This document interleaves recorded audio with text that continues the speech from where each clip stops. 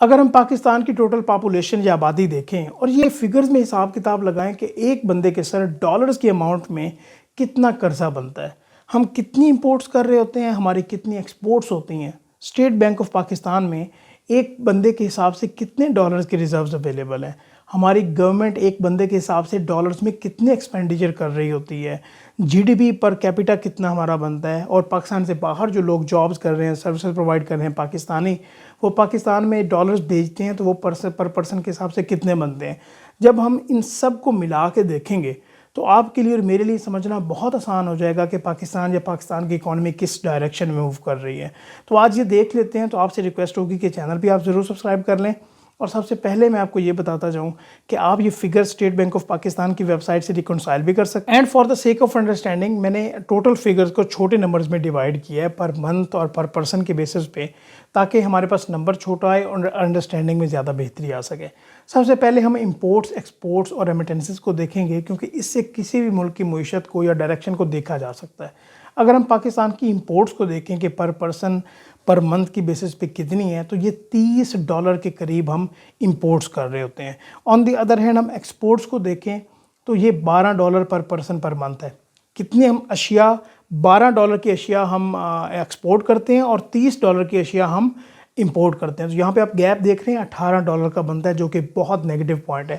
کسی بھی ملک کی اگر ایکسپورٹس زیادہ ہوں گی تو اس کی معیشت وہ زیادہ بہتر پرفارم کر رہی ہوگی، لیکن انفارچونیٹلی ہماری جو ایکسپورٹس ہیں وہ بہت کم ہیں۔ ہمارا کھانے پینے کی اشیاء ہو جائیں، دال چاول، ایڈیبل آئل، انرجی کی ہماری چیزیں ہو جائیں لائک پیٹرول ڈیزل وغیرہ، گیس وغیرہ، اس کے علاوہ کاسمیٹکس اور بہت ایسی اشیاء جو کہ ہم امپورٹس کر رہے ہوتے ہیں، اور ہماری امپورٹس بہت زیادہ ہیں۔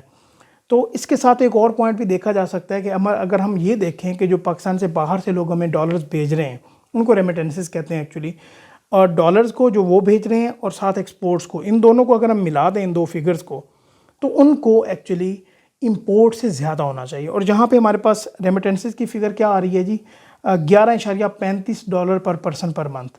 تو اگر ہم ان دونوں کو ملائیں، ایکسپورٹس کو اور ریمیٹنسز کو، تو یہ کتنے بن گئے؟ $23.35۔ تو یہ بھی ہماری امپورٹ سے بہت کم ہے، لائک اس میں بھی $7.5 کا گیپ ہے۔ حالانکہ اس کو زیادہ ہونا چاہیے تھا، بٹ انفارچونیٹلی زیادہ نہیں ہے۔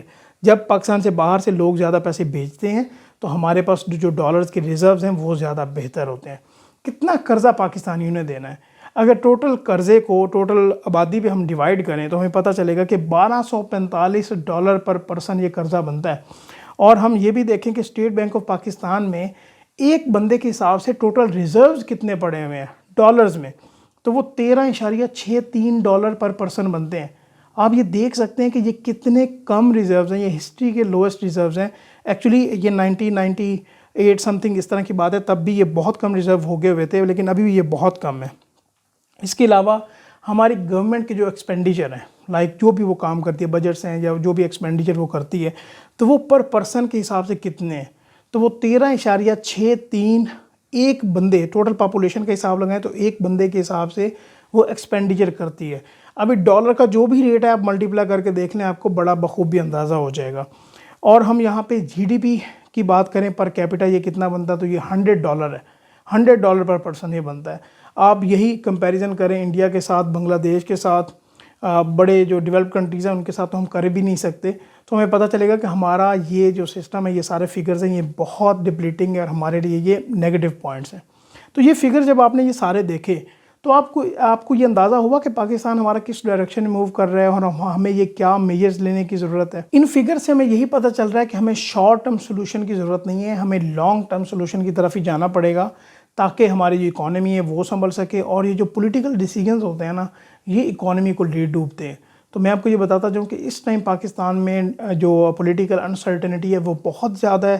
لیٹس پرے کہ یہ انسرٹنٹی دور ہو ایز سون ایز پاسبل، اور ہماری جو اکانومی ہے وہ ایک کلیئر ڈائریکشن پہ موو کرے۔ اور ہم یہ بھی دیکھتے ہیں کہ یہ جو ہماری لائک پولیٹیکل کے جو ڈیسیجنز ہیں وہ پاکستان اسٹاک ایکسچینج پہ کس طرح سے امپیکٹ ہوتے ہیں۔ تو میں آپ سب سے بھی یہ گزارش کروں گا کہ آپ ایفرٹس کریں کہ ہماری ایکسپورٹس بہتر ہو سکیں، انڈیویجول بیسس پہ بھی اگر آپ کر سکتے ہیں، کوئی بھی بزنس کریں ایسا جو کہ آپ پاکستان سے باہر چیزوں کو بھیج سکیں، اور کچھ ایسے میجرز لیں کہ پاکستان میں آپ ڈالرز لے کے آ سکیں، لائک فری لانسنگ آپ سٹارٹ کر سکتے ہیں، ایکسپورٹ کے بزنس میں جا سکتے ہیں، آئی ٹی ایکسپورٹ میں خاص طور پہ جائیں جس میں ٹیکسیشن نہ ہونے کے برابر ہے۔ جسٹ انکم ٹیکس 0.25% ہے، ٹھیک ہے، اور اس میں کوئی سیلز ٹیکس نہیں ہے، کافی زیادہ فیسلٹیز بھی ہوتی ہیں، تو آپ یہ سٹارٹ کر سکتے ہیں، آپ انیشیٹو لیں. تو آئی ہوپ کہ آپ کے لیے یہ کنٹینٹ کچھ ویلیوبل رہا ہو. تو چینل ضرور سبسکرائب کیجیے گا. انشاءاللہ ہم نیکسٹ ویڈیوز میں بات کرتے رہیں گے. السلام علیکم.